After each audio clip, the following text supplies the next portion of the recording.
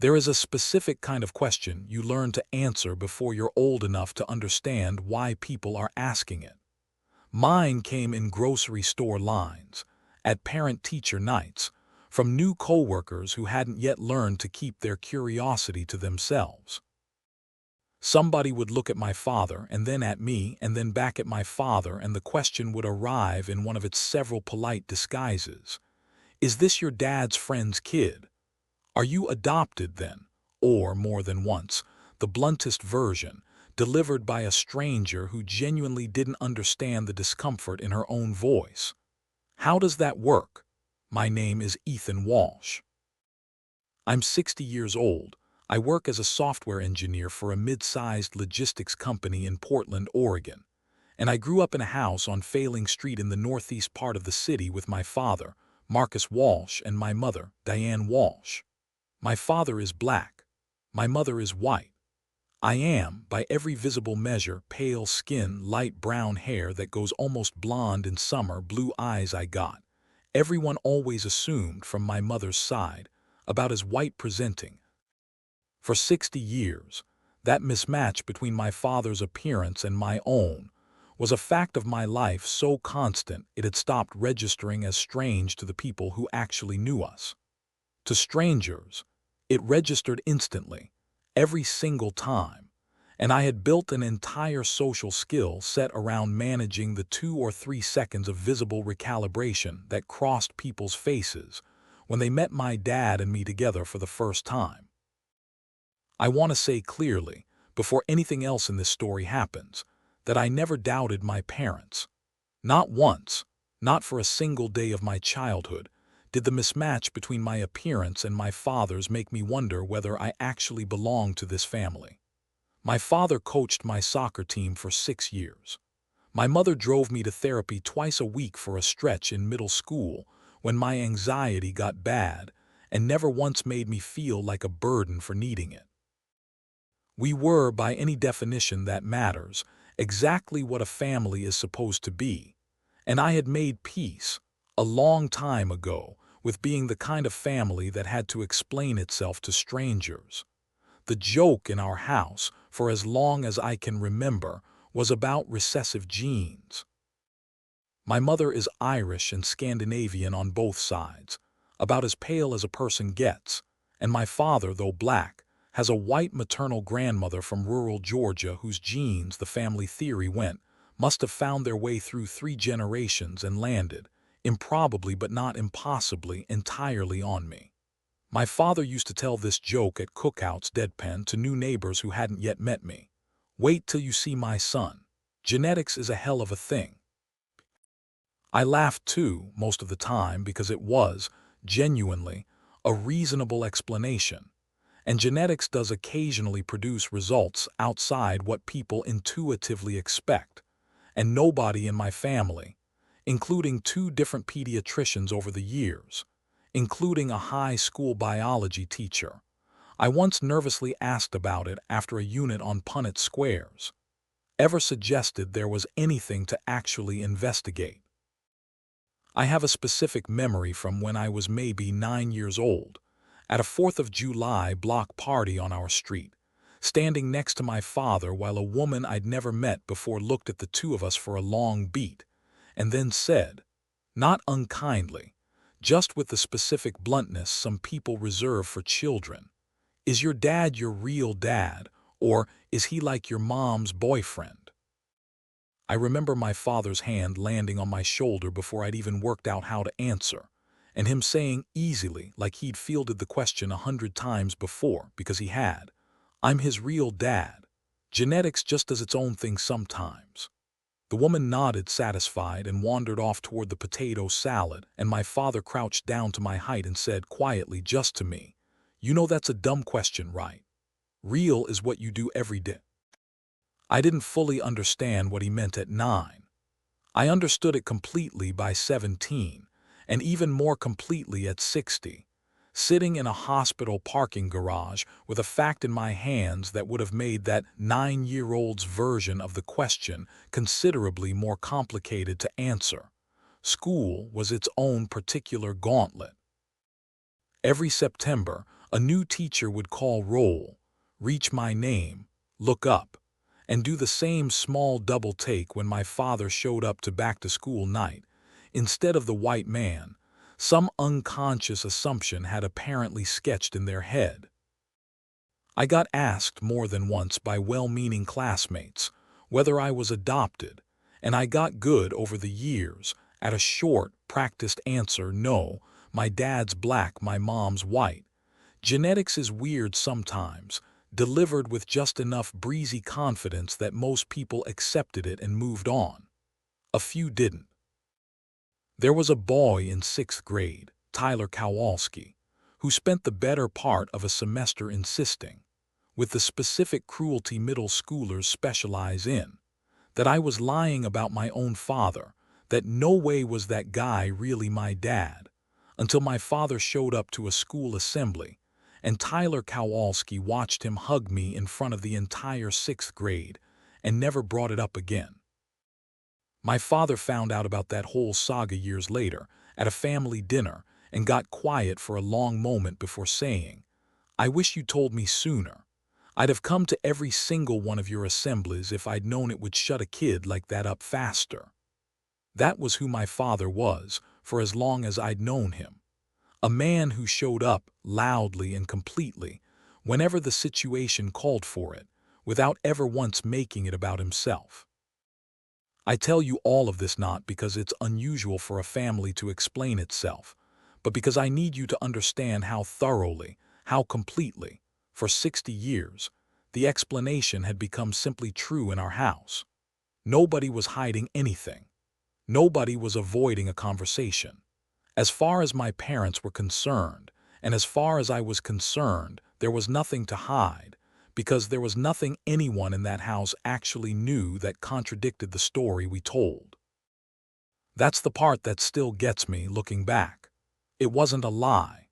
It was just incomplete in a way none of us had any way of detecting for 3 decades, until a Tuesday in April changed all of it in the space of about 11 minutes. Tuesday, April 8th, 2:15 p.m. My mother collapsed at the elementary school where she'd taught 3rd grade for 19 years. An aneurysm, they told us later, in a blood vessel near her spleen. Not the kind of thing anyone sees coming. Not the kind of thing that gives any warning beyond a specific, sudden severity that sent the school nurse calling 911 within 90 seconds of my mother going pale and sliding out of her chair in front of 8-year-olds who would talk about it. I imagine, for years. She was in surgery at Cascade Regional Medical Center by 4 that afternoon.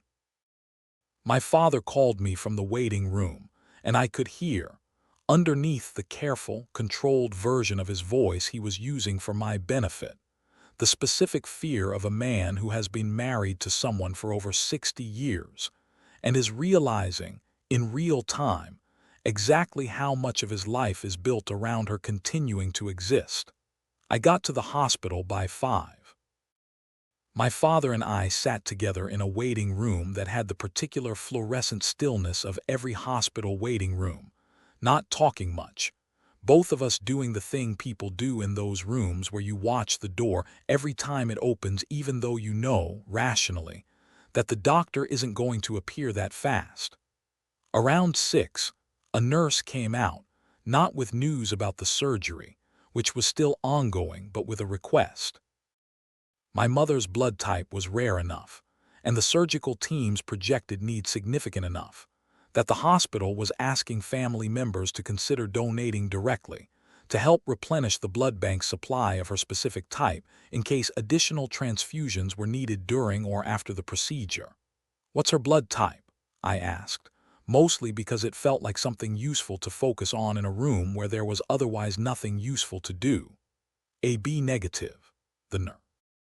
"It's one of the rarer ones. Less than 1% of the population."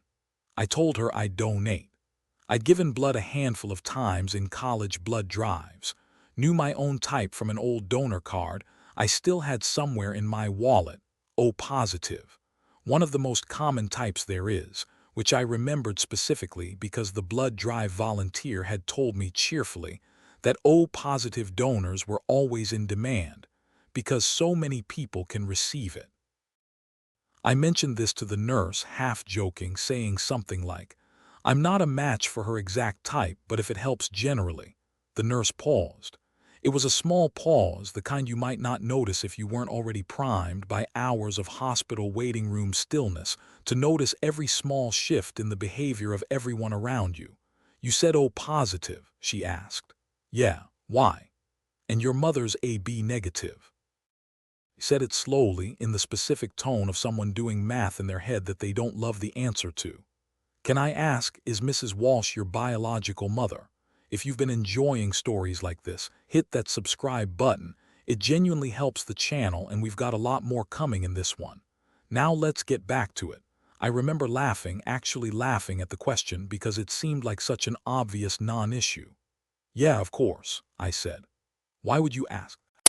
The nurse, her name tag said Reyes, Angela Reyes, and I would come to know her considerably better over the following weeks than either of us expected in that moment, chose her next words with visible care. "It's just, AB negative parents can pass on a few different blood types to their children, depending on the other parent's type. But O positive isn't one of the combinations that's possible if your mother is AB negative. I don't want to alarm you. Blood type mix-ups on paperwork happen more than people think, and there could be a simple explanation. But genetically, if your mother's blood type really is AB negative, she can't be your biological mother if yours is O positive. It's not possible under how blood type inheritance works." I want to describe what that sentence did to the room, but the honest truth is that, for the first several seconds, it didn't do anything at all, because my brain simply declined to process it as real information. I said something like, "That doesn't make sense. My mom's told me her blood type before. It's probably a mix-up on my card. Those things get entered wrong all the time." And Angela Reyes nodded, gently, in the specific way medical professionals nod when they're giving you room to arrive at something on your own timeline rather than pushing you toward it. "That's very possible," she said. "I just wanted to flag it because if there's any chance the donation could matter for a direct match, we'd want accurate information. No pressure to sort it out tonight. Tonight's about your mom." My father, sitting beside me, had gone very quiet. I looked at him, and something in his face, not shock exactly, something quieter and older than shock, something closer to a door opening onto a room he'd apparently, on some buried level, always known was there, told me that this conversation had landed on him very differently than it had landed on me. "Dad," I said, that doesn't mean anything, right? It's probably just an old card, a clerical thing." "Ethan," my father said, and his voice had a careful stillness in it I had heard from him exactly twice before in my life, once when his own father died, and once, years earlier, at a moment I hadn't understood the significance of at the time and was about to understand very differently. "Let's focus on your mother tonight. We'll figure the rest out. I promise you we will. Just tonight, let's focus on her. The surgery went well. My mother came out of it groggy but stable around 9 that evening, and the surgeon told us the aneurysm had been caught and repaired before it ruptured further, that she'd need a few days of recovery, but the prognosis was good." I want to be honest that I spent very little of that relief actually feeling relieved, because underneath it, running the entire time like a second, quieter conversation happening in a room adjacent to the one I was standing in, was Angela Reyes' sentence, playing on a loop. "Genetically, if your mother's blood type really is AB negative, she can't be your biological mother." I called Jordan that night from the hospital parking garage. Jordan Pierce had been my closest friend since 6th grade, the kind of friend who has met every version of you and stuck around for all of them, and he picked up on the second ring the way he always had, sensing immediately from my voice that this wasn't a normal call. "Something happened with your mom's surgery?" he asked, alarmed. No, I mean yes, but she's okay, she's stable. It's not that. I stood in the concrete garage, cars pulling in and out around me, and told him about the blood types, about Angela Reyes's careful, clinical sentence, about my father's face going still in a way I'd never seen. Jordan was quiet for a long moment after I finished. "Ethan," he said finally, "I need you to hear this the right way because I don't want it to sound like I'm making a joke out of something serious. But you know people have, I mean, not to your face, but people have wondered, right? Your whole life. Not about whether your parents love you, about the math of it. I never said anything because it wasn't my business and it didn't change anything about who you are. But if a nurse is telling you the actual biology doesn't work, man, I think you have to actually find out. I don't think you can unhear that. What if it's nothing?" I asked, and even as I said it, I could hear how much I wanted him to agree with me, to hand me some easy permission to let the whole thing drop and go back to the life I'd had that morning before Angela Reyes said a single word. Jordan didn't give me that permission, and I think, looking back, that not giving it to me was the most useful thing he did for me during that entire stretch. "It might be nothing," he said carefully. "Old paperwork gets entered wrong all the time. You're right about that. But Ethan, you called me from a parking garage at 10 at night instead of going home to sleep. Some part of you already knows it's probably not nothing. I think you're just waiting for someone else to say it first so you don't have to be the one who wanted to know." He was right, and some part of me had known he'd be right before I even called him, which was probably the actual reason I'd called him in the first place, not for comfort, but for someone to say out loud the thing I wasn't yet ready to say to myself. My mother was discharged 5 days later, still weak, moving carefully, and my father and I made a joint decision, discussed quietly in the hospital cafeteria on her 4th day of recovery, not to raise the blood type question with her until she was stronger. It was one of the harder waiting periods of my life, carrying a question that large, that specific, while also trying to be a normal, supportive son bringing soup and helping with physical therapy exercises, all while the actual conversation sat untouched in the room with us, visible to both my father and me, and invisible, as far as I could tell, to her.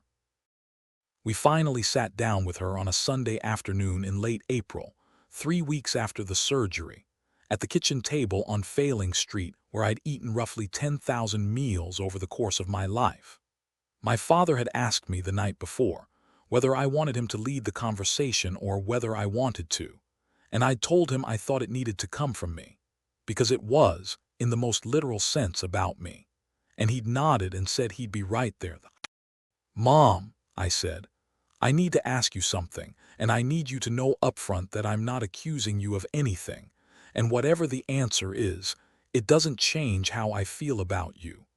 But when I tried to donate blood for you at the hospital, a nurse told me our blood types don't work out.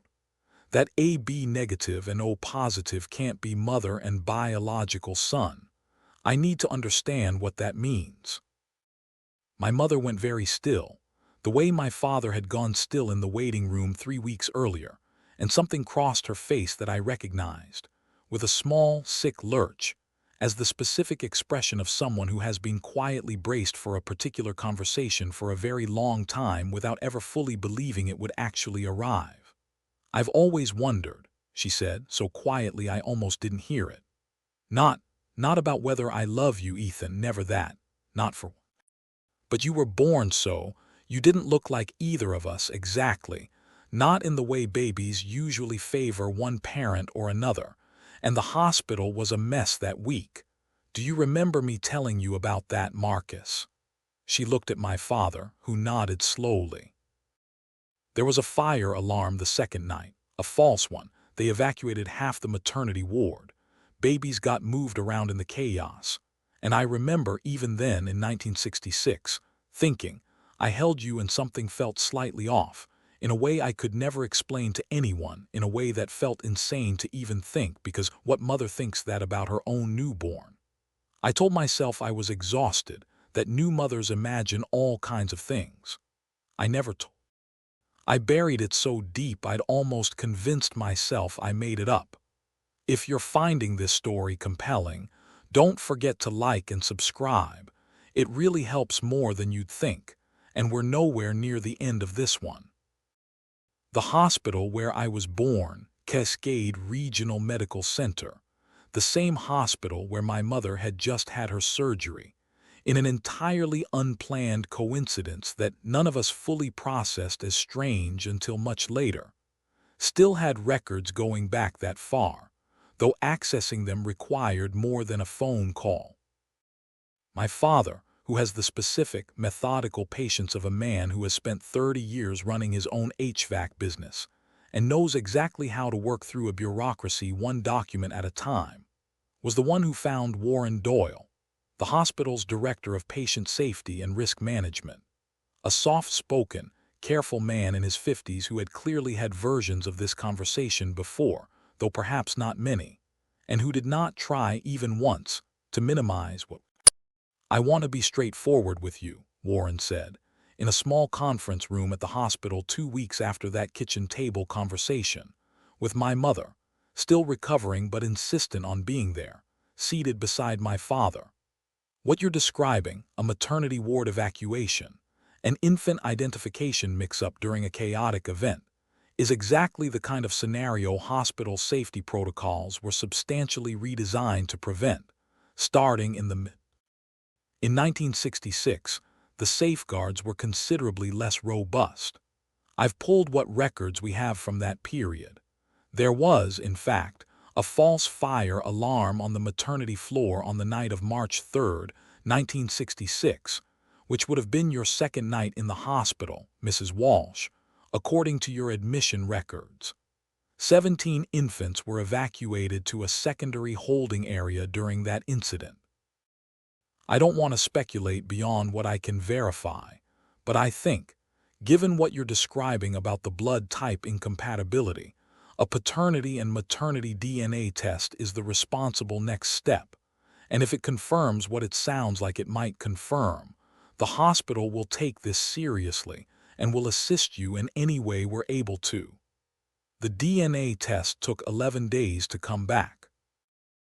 I have never experienced 11 days that moved the way those did, simultaneously crawling, in the way that waiting always crawls, and also somehow already over before I'd braced myself for the actual result, because some part of me, by day 11, had almost convinced myself the whole question would resolve into nothing.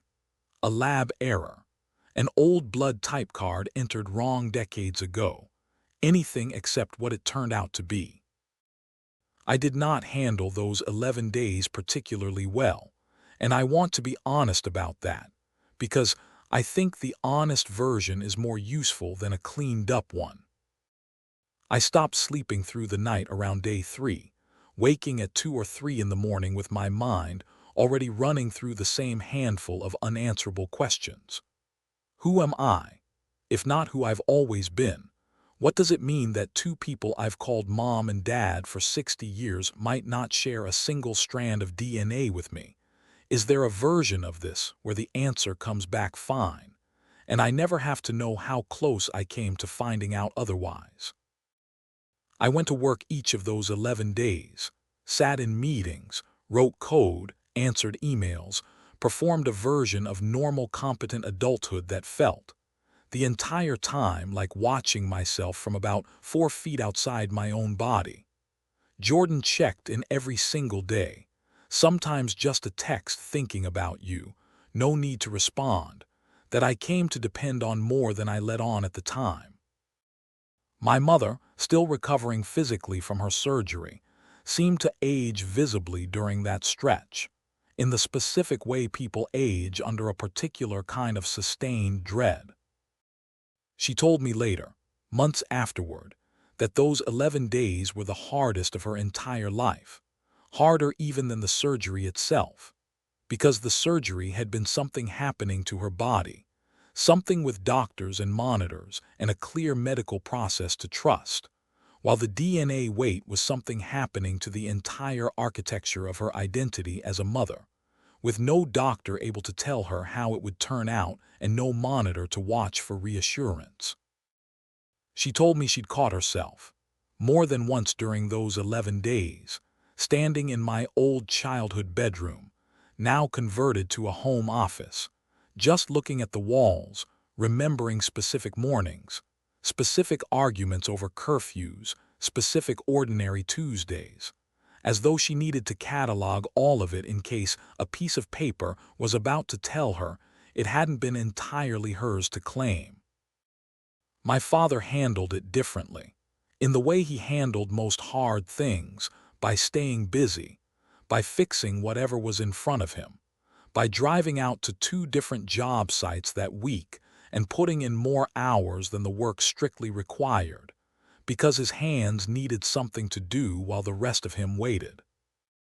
He told me, on day 9, sitting on the back porch with 2 beers neither of us was really drinking, that he'd started, almost against his will, running through memories of my birth, the hospital room, the fire alarm going off on the second night, the nurse who'd brought me back afterward looking slightly more flustered than the situation seemed to call for, a detail he said he'd noticed at the time, and then simply filed away.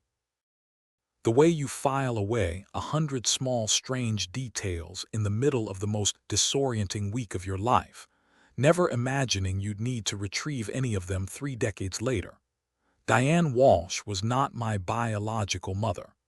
The DNA test was unambiguous, run twice at Warren Doyle's insistence to eliminate any possibility of a lab error, and both results came back the same. And because DNA testing, once you go looking, tends not to answer just the one question you asked, the second piece of information arrived in the same report, almost as an afterthought in the clinical language of the lab summary. Marcus Walsh, similarly, showed no biological paternal match. I was not my parents' biological son.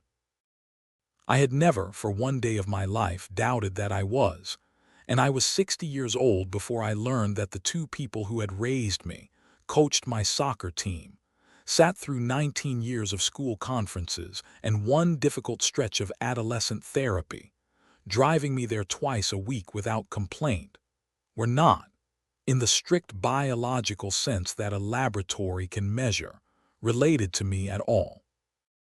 I sat in my car in the hospital parking garage, the same garage where I'd called Jordan the night of my mother's surgery, for almost 40 minutes after Warren Doyle read us the results, not driving anywhere, not calling anyone, just sitting with the specific, disorienting silence of a fact that was too large to process in any of the normal ways I processed things.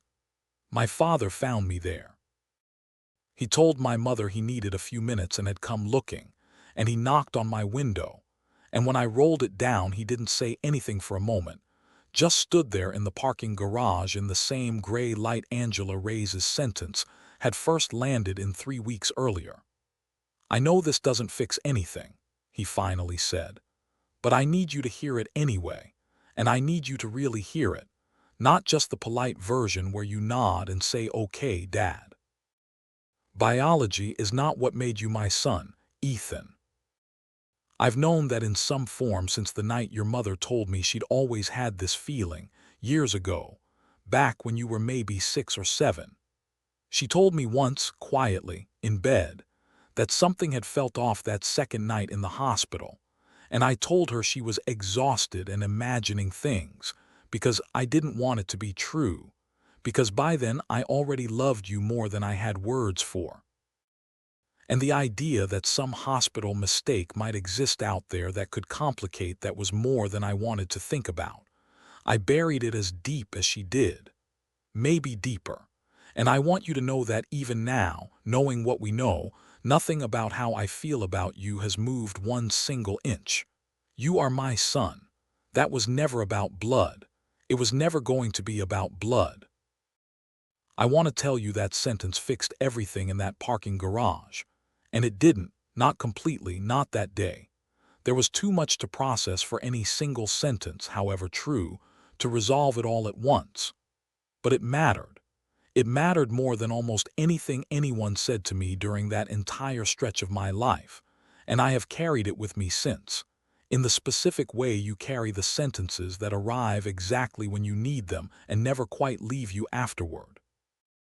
What came next was Warren Doyle's responsibility, not ours, and to his credit, he treated it that way.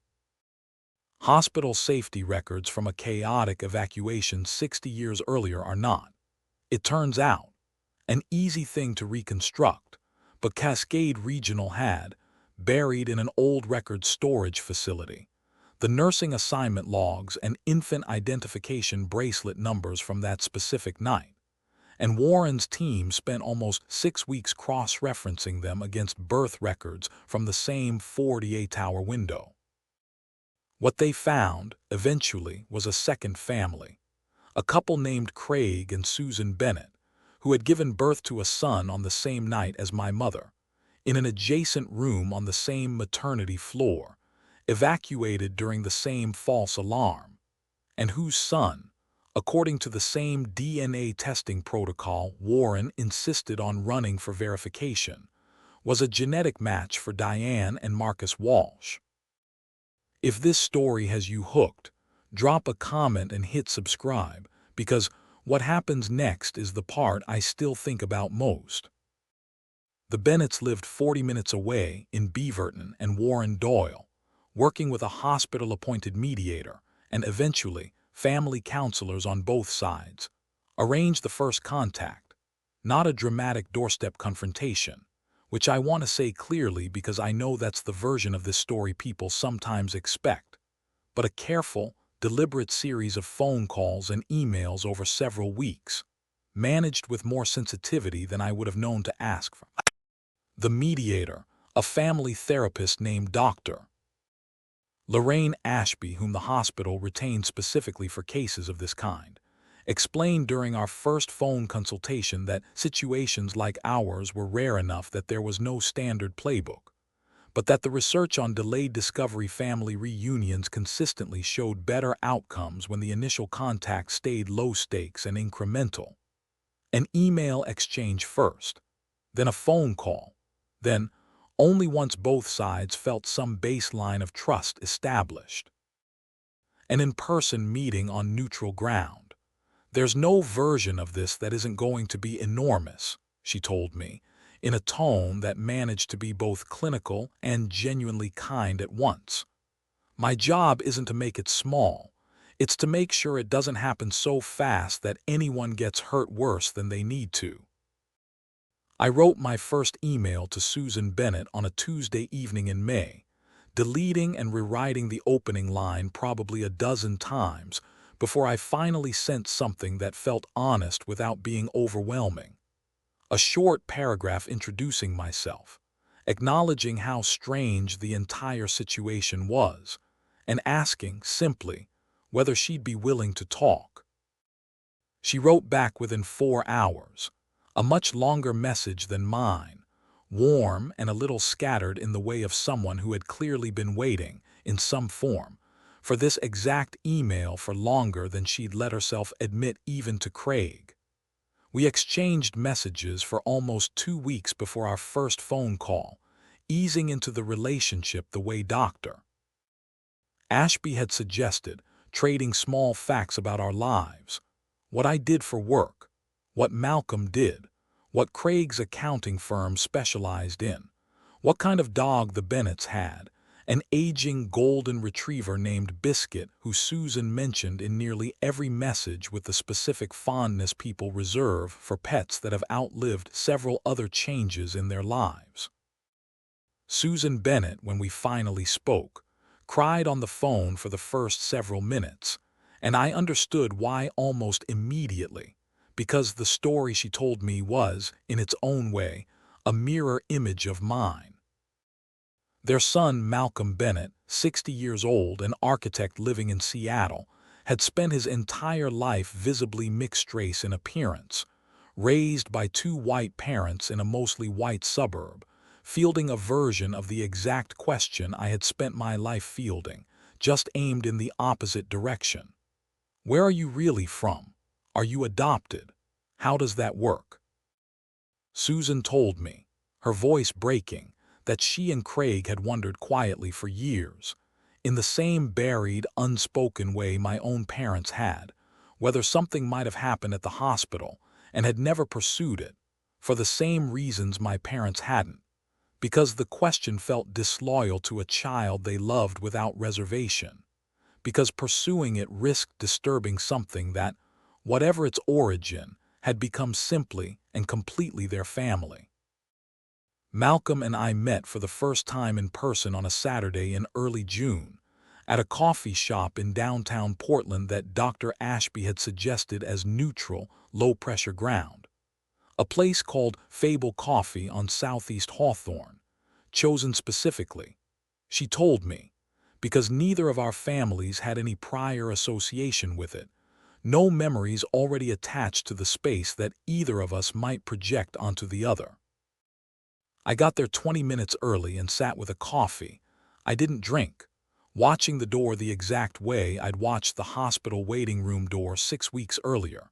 And when Malcolm walked in, tall, broad-shouldered, wearing a green jacket I would later learn he'd bought specifically for the occasion, because he couldn't decide what a person was supposed to wear to meet a stranger who might be their brother. I knew him instantly, before he'd even scanned the room to find me, in a way that had nothing to do with any physical resemblance and everything to do with some other, harder-to-name recognition. I want to describe what it was like to sit across from a stranger who was, in the strictest biological sense, more closely related to my own parents than I was, and who had spent his life carrying almost exactly the version of my own experience turned inside out. But I'm not sure I have the words for it even now, months later. We were both quiet for the first several minutes, both visibly searching each other's faces for something, resemblance, maybe, or evidence, or simply the strange gravity of a stranger who occupies the specific, singular role in your life that Malcolm occupied in mine. I used to lie awake as a kid, Malcolm finally said, wondering if there was a version of my life happening somewhere else, with parents who actually looked like me, where I didn't have to explain myself every single time I met someone new.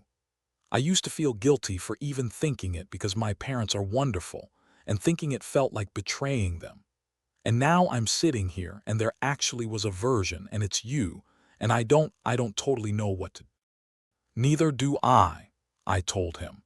And it was the truest thing I'd said to anyone since Angela Reyes first said the words genetically, if your mother's blood type really is AB negative. Malcolm told me about his own version of the grocery store question, the block party question, the 6th grade classmate who refused to believe his parents were really his parents, a mirror image of my own gauntlet, run in the opposite direction, and hearing it laid out in his voice was one of the strangest experiences of my life, like listening to a recording of my own childhood translated into a slightly different key. He told me about a summer in high school when he'd gone through a phase of researching African American history obsessively, alone, without telling his parents why, trying to build for himself some version of a heritage he could feel connected to without a family around the dinner table who shared it, and how confusing that project had felt, wanting to claim something that was biologically his while worrying it would look, to Craig and Susan, like rejecting the family who'd actually. I never figured out how to want both things at once without it feeling like a betrayal of one side or the other, he told me. I'm 60 years old and I still haven't figured it out. Maybe you'll have better luck with your side of it than I did with mine.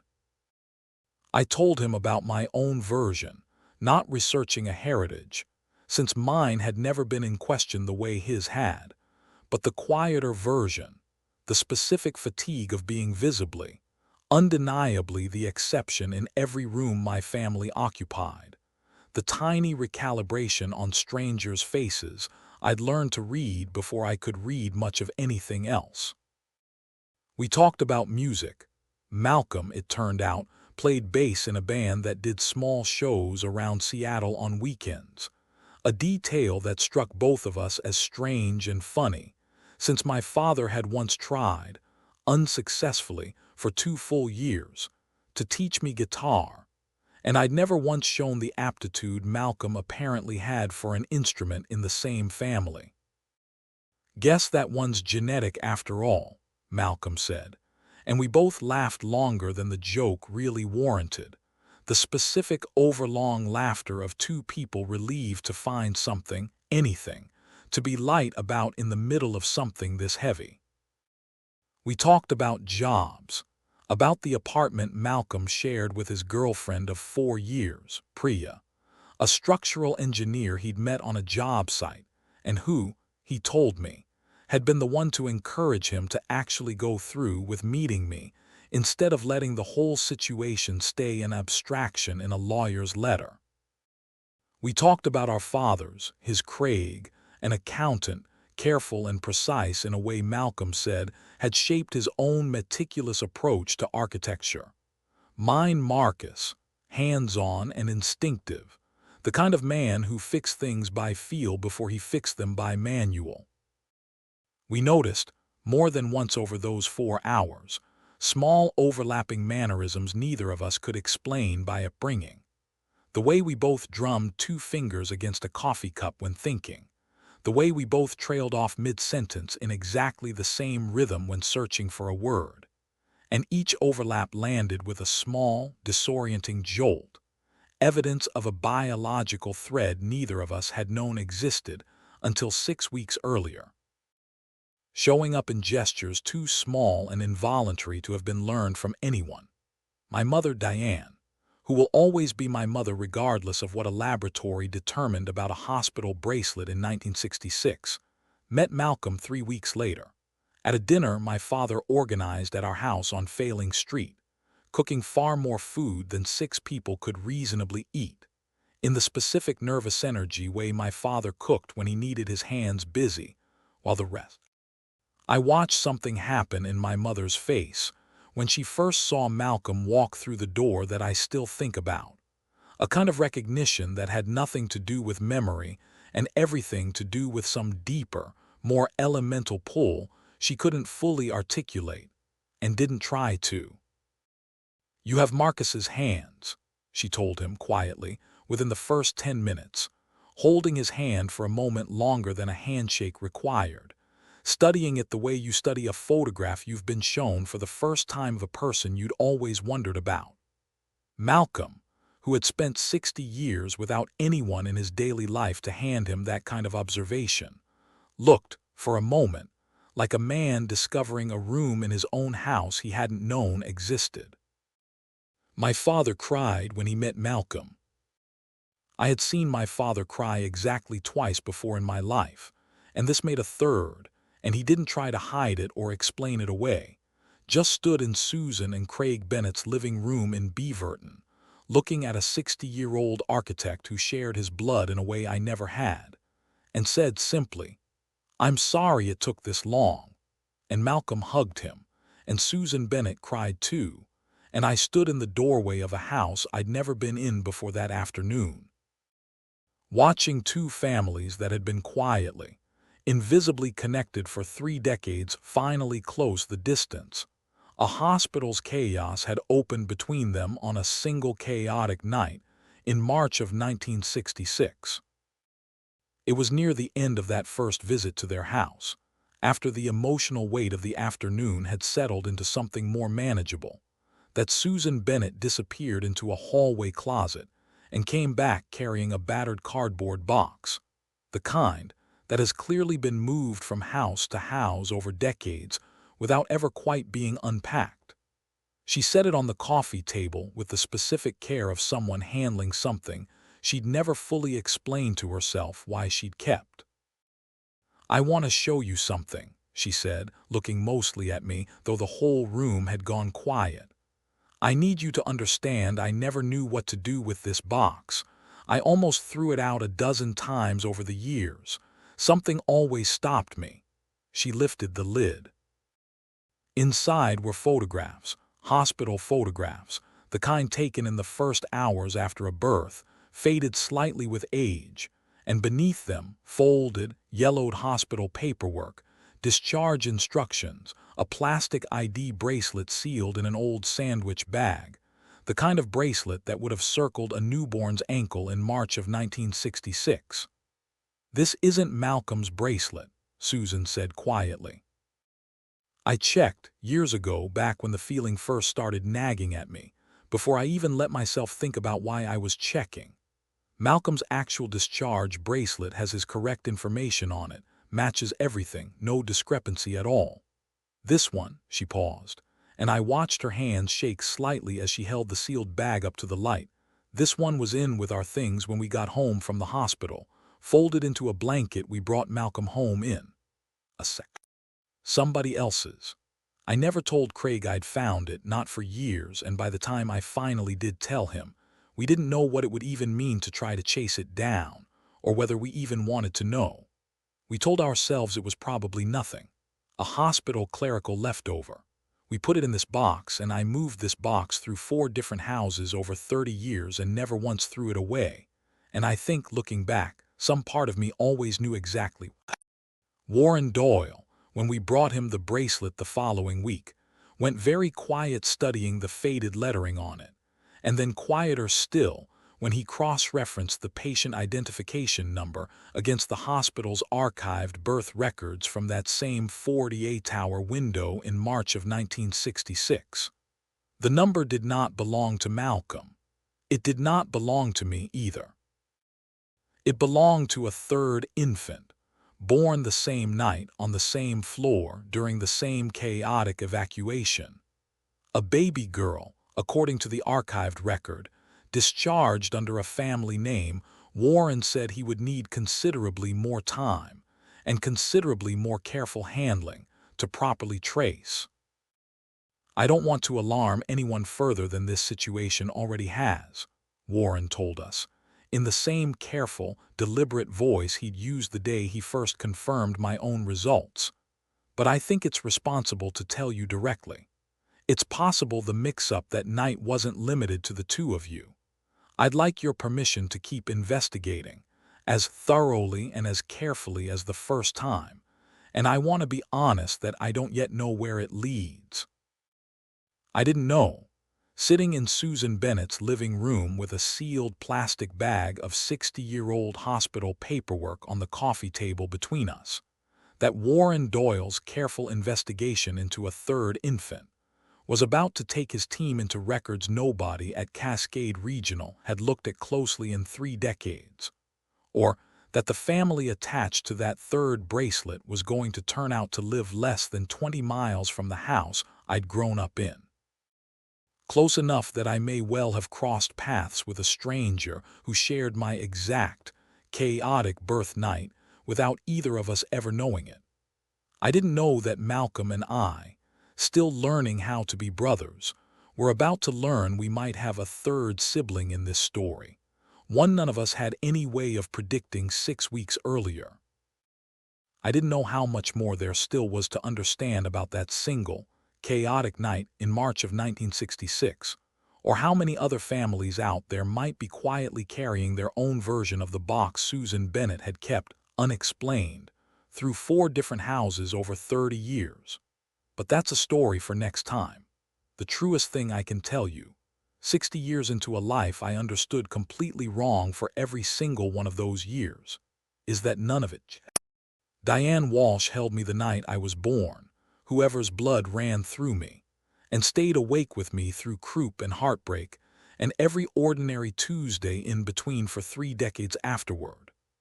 Marcus Walsh coached my soccer team and taught me how to drive and sat next to me in a hospital parking garage, telling me, without hesitation, that biology was never what made me his son. I think often now about the specific strangeness of loving 2 families at once. The one that raised me, whose love I never once doubted and never will, and the one I am only beginning to learn how to have, whose faces I am still memorizing, whose mannerisms I am still noticing overlap with my own in small, involuntary ways that catch me off guard every time.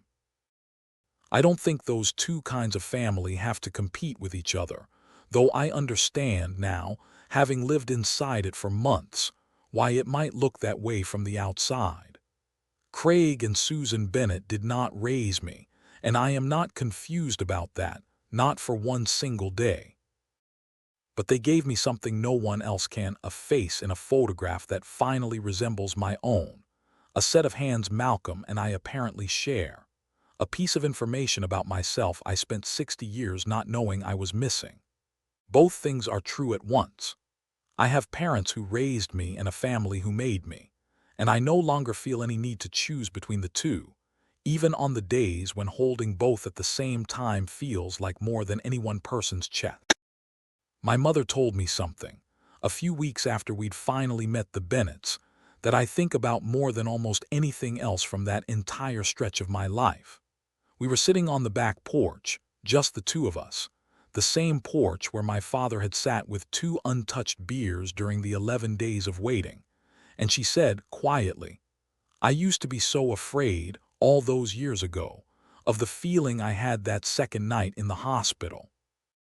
I thought it meant something was wrong with me, that a good mother wouldn't feel that. I know now it just meant I was paying attention. It just took 60 years for anyone else to catch up to what some part of me already knew. I didn't have an answer for that. I don't think one was needed." I just held her hand on that porch, the same hand that had held mine through croup and heartbreak and 19 years of school conferences, and understood, finally, completely, that whatever a laboratory could measure about the two of us, it was never going to be the whole truth of what we actually were to each other. If this story moved you, let me know in the comments and hit that subscribe button so you don't miss what happens next.